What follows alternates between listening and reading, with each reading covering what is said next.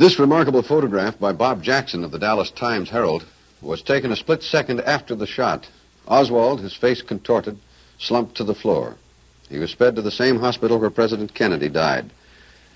Ruby, a well-known police character, burst from the crowd of newsmen and policemen and fired a single bullet at point-blank range into Oswald. Ruby was quickly subdued and later charged with murder. This after Oswald died at the hospital without regaining consciousness.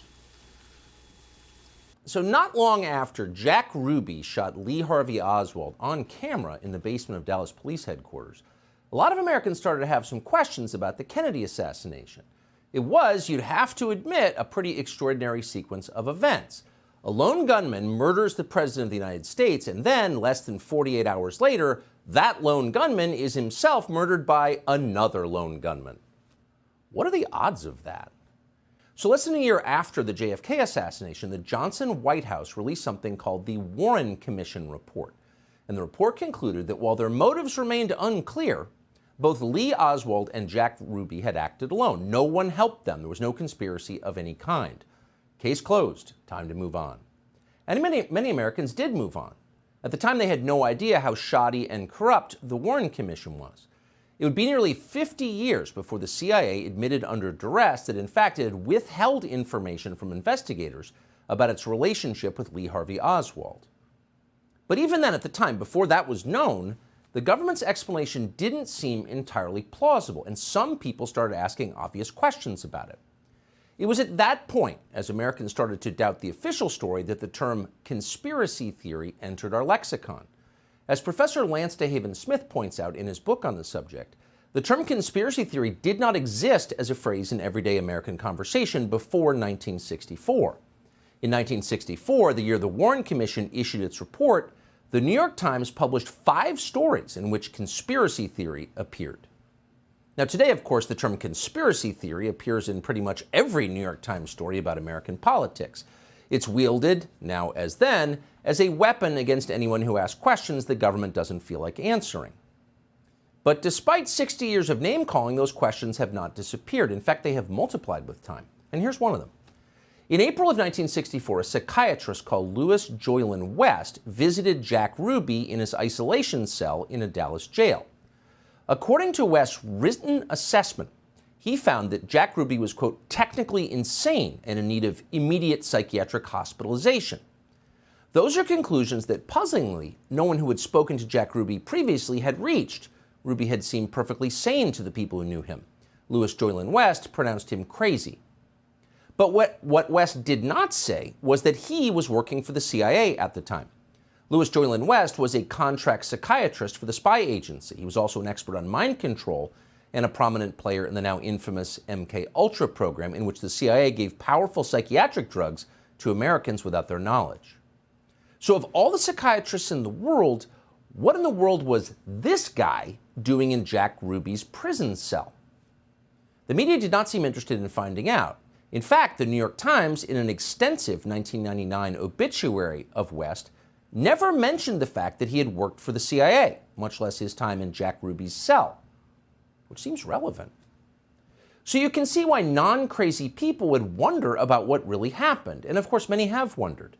In 1976, long forgotten, the House of Representatives impaneled a special committee to reinvestigate the JFK assassination. Their bipartisan conclusion?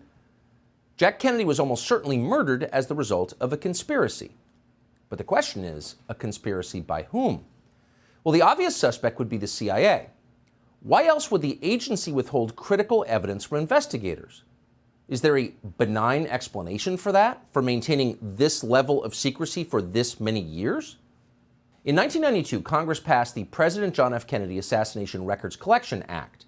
And that act mandated full disclosure of all documents by 2017.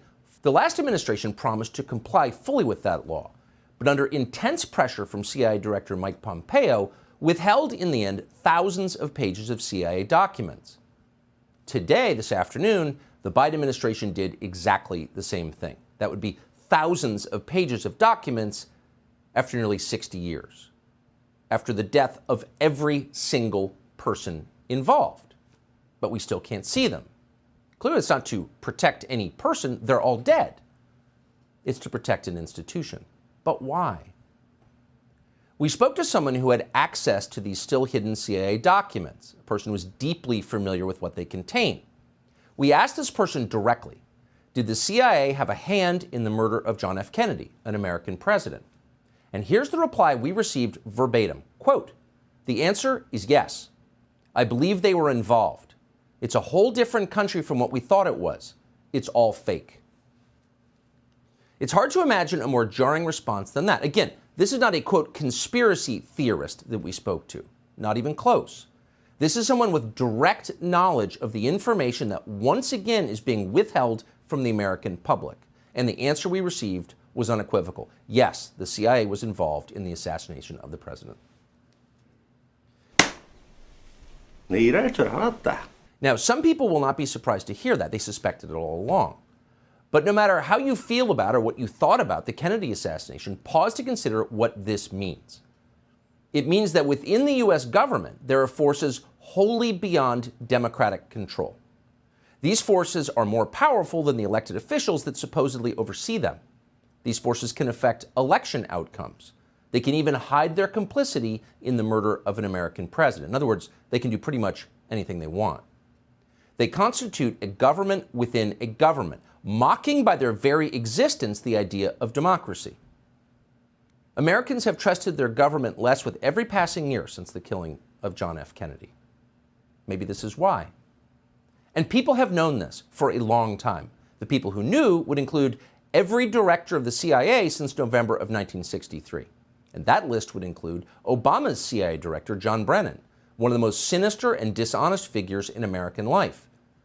That list would also include, we are sad to say, our friend Mike Pompeo, who ran the CIA in the last administration. Mike Pompeo knew this. We asked Pompeo to join us tonight, and though he rarely turns down a televised interview, he refused to come. If the CIA was involved in that assassination, that is the reason that you would want to keep that from the American people, because the fury that would erupt, and this is a bipartisan fury, it'd be the one thing that would unite Americans, is an absolute rage at this unaccountable spy agency that has decided that it is going to get involved in murdering, assassinating the duly elected American president. For what reason?